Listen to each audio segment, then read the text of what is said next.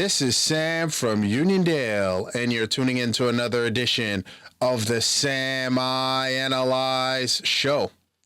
The Knicks look to take a commanding 2-0 lead against the Pistons. What needs to happen for that to occur? Let's analyze. Folks, the Knicks and Pistons last game, it had me nervous, folks. It had me nervous. But the Knicks pulled it out in the fourth quarter with a 21-0 run, and it was incredible. And a few things stood out to me. First of all, the defense of OG Anunoby was on full display. I mean, he put the clamps on Cade. Cade was struggling. And you saw a few of the things that gave the Knicks problems at times. Like I saw that Mikal Bridges, when they put him on Cade had an easier time. I don't know. You know, one thing that I realized with Mikal Bridges is I know, like, the Kevin Durant's of the world, they never put on weight, whatever. But the fact that Mikal Bridges is a little on the lighter side, I think teams take advantage of that, and he may need to bulk up a little bit because you see the strength of OG, and it's just he's more versatile. He can do more, and I would like to see Cal do that.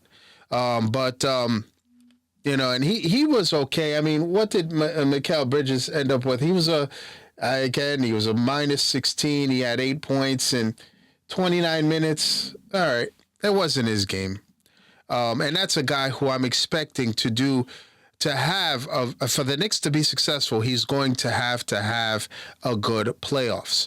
But you had guys like OG Anunoby, who not only had 23 points, but like I said, he made life difficult for one Cade Cunningham. Now, and something that also stood out, which is what I thought, the Pistons have no answer for the Knicks' size.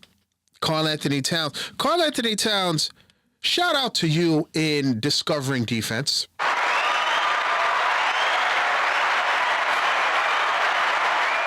One thing that stood out when I watched Cat play was that he was making a concerted effort to get lower to the ground, as low as he could. I don't know if you saw that, but I think that was a thing, because I'm like, when you went to play defense, you've got to get low so you can move, right, left, right, use your legs, and yeah, man. Defense was, when I first learned to play ball, that was a staple. You know, you learned that. You know, playing defense is about IQ, right? It's about IQ, excuse me, and it's also about will and smarts. Move those legs, slide those puppies, as Perk would say. Now, what is it going to take for the Knicks to win Game 2? One, I think I'm expecting guys like Deuce McBride, Landry Shamet, Mikal Bridges to have more of an effect. And Mitchell Robinson only played about, 18, 19 minutes? They have no answer for the size of the Knicks. So I expect the Knicks to continue to first thing they got to do is feed Karl-Anthony Towns early and often. They've got no answer for him. I always thought that I thought that Jalen Duren was not going to be able to handle Karl-Anthony Towns, and he couldn't. Mitchell Robinson, everybody wants to talk about Isaiah Stewart. Mitchell Robinson with the putback, even though it was like, come on, man. They have no answer. And then shout out to Tom Thibodeau.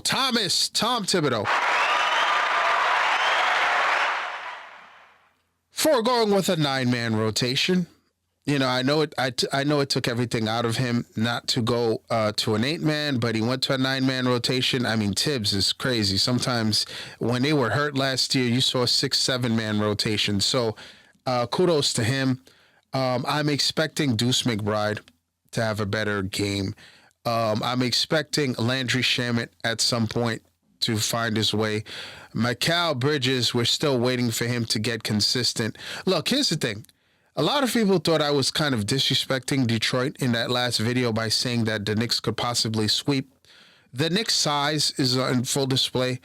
And if they're going to have OG Anunoby continue to look like Kawhi Leonard light, scoring the amount of points that he's scoring and making Cade or making Tobias Harris work, if the Knicks are going to get that kind of production, and look, they were physical and all of that, and Beasley, by the way, don't poke the bear.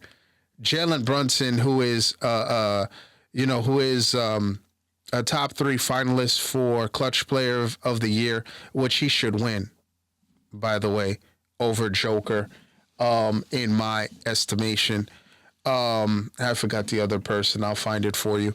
But look, listen, the Knicks, to me, if they get tonight, it's a wrap.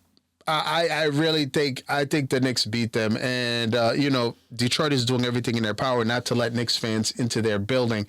And it's the finalists are Anthony Edwards is the third guy. Look, if I'm the Knicks, you saw how they played the first few quarters, and what I want to see is, does that fourth quarter, whatever the Knicks discovered, does that carry into the game 2? I mean, does Jalen Brunson, you saw in the second half, he changed his sneakers and everything, and he got more comfortable. I mean, he was the best player on the floor. Shocker, which I said he would be. I think Jalen Brunson comes out more aggressive early. And I think the Knicks look to put them away. I think, look, who do the Pistons really have coming off their bench? Also, where's the size of the Detroit Pistons? They only have Jalen Duren. Oddly enough, I'm surprised. I mean, I would have thought a Pistons teams would do very well with a Moses Brown. Remember that name, Moses Brown? Adding some size at some point. That was a team that needed somebody like that. But this is why I always felt, I know people are like, oh, Detroit plays tough and they're gritty, and they are. But I do think that the Knicks will take a commanding lead. I think the size will continue to be a problem. I think Karl Anthony Towns also saw, everybody, they tried to put Tobias on him. They beat Isaiah Stewart on him at times, and nothing. Light work. Barbecue chicken. So I think the Knicks have too much. Honestly, the Knicks have too many offensive weapons, and the Knicks found their way in that fourth quarter. It was almost like, oh, you want to get grimy? You want to get gritty? And Beasley, by the way, Brunson, obviously you haven't seen what Brunson has been doing in the last few years in these playoffs.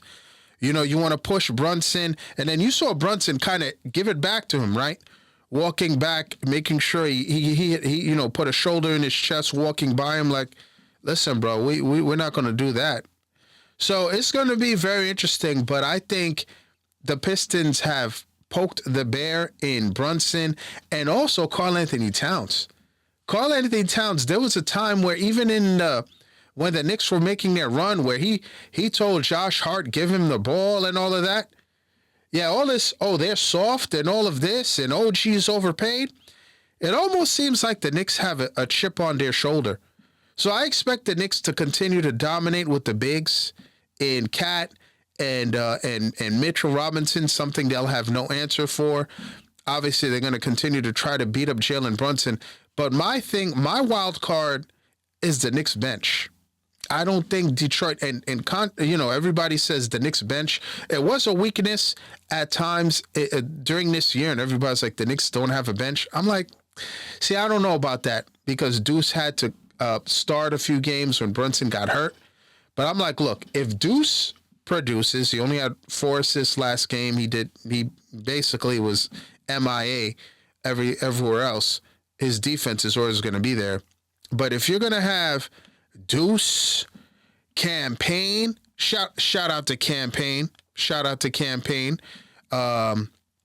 who lit up and saved the Knicks day in the fourth quarter. If the Knicks are going to have Deuce, I don't believe is going to play like this.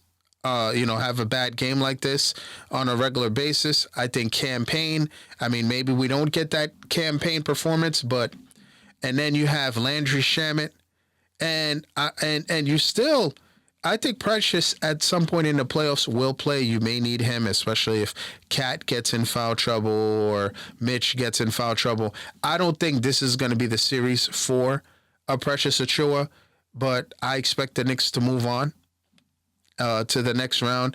I think at some point they will need Precious. But listen, Detroit is in trouble. I think if the Knicks get tonight, which I expect them to do, I think Detroit is done. I really do. Maybe they get a game in Detroit, but I think the Knicks will end it in 4 or 5 if they get tonight. But what do you guys think? Now it's that time.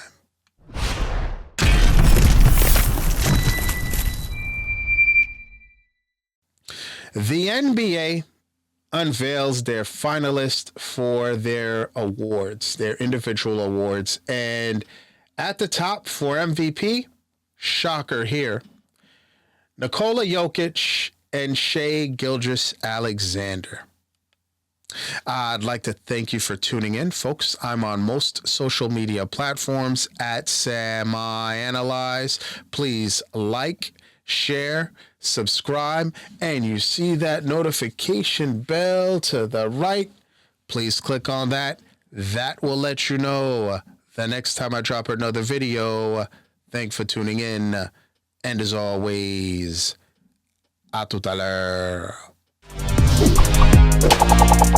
What?